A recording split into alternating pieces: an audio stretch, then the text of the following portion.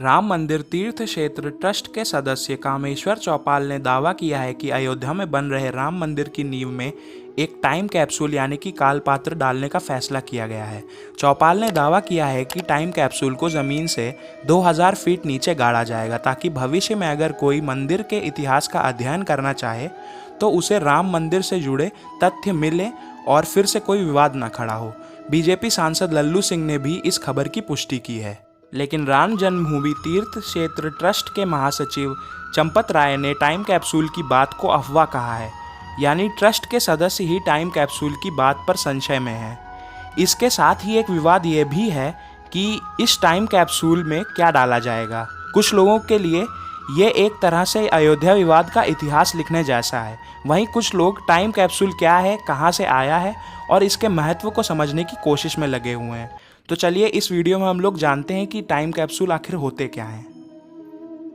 Time capsule या काल पात्र एक ऐसी डिवाइस होती है जिसकी मदद से वर्तमान दुनिया से जुड़ी जानकारियों को भविष्य या दूसरी दुनिया में भेजा जा सकता है। उदाहरण के लिए अगर कोई साल 2020 के दौर से जुड़ी जानकारियों को साल 3020 में लोगों तक पहुंचाना चाहता है तो वो ऐसी डिवाइस का इस्तेमाल कर सकता है।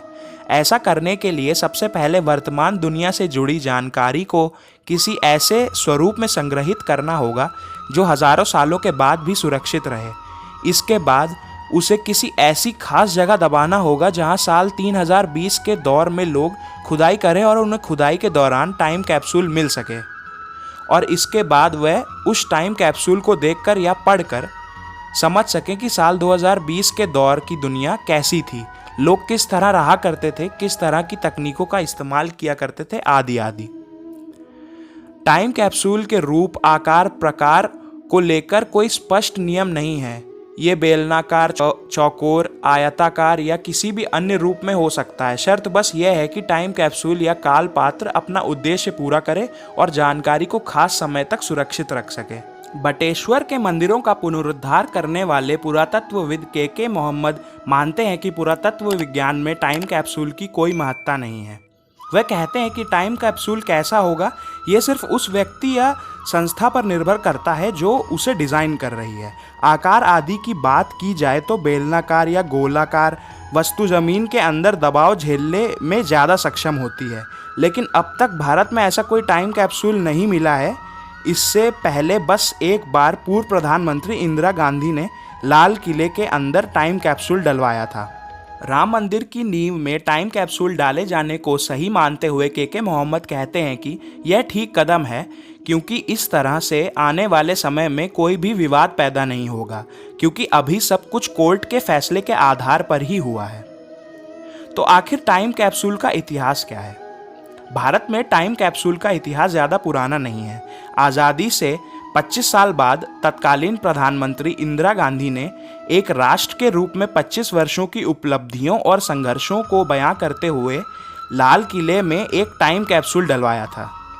इंदिरा गांधी ने यह कदम उस दौर में उठाया था जब वह अपने राजनीतिक सफर के शीर्ष पर थीं। देश में आपातकाल चल रहा था और उन्होंने टाइम कैप्सूल लाल किले में डलवाया था, लेकिन इस टाइम कैप्सूल में दर्ज की गई जानकारियां जल्द ही विवाद का विषय बन गईं।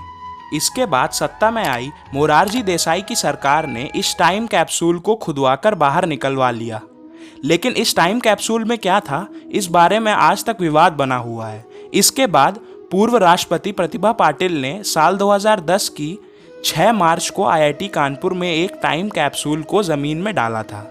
इस टाइम कैप्सूल में आईआईटी कानपुर का मैप, इंस्टीट्यूट की सील, सिल्वर जुबली और गोल्डन जुबली लोगो आदि शामिल था।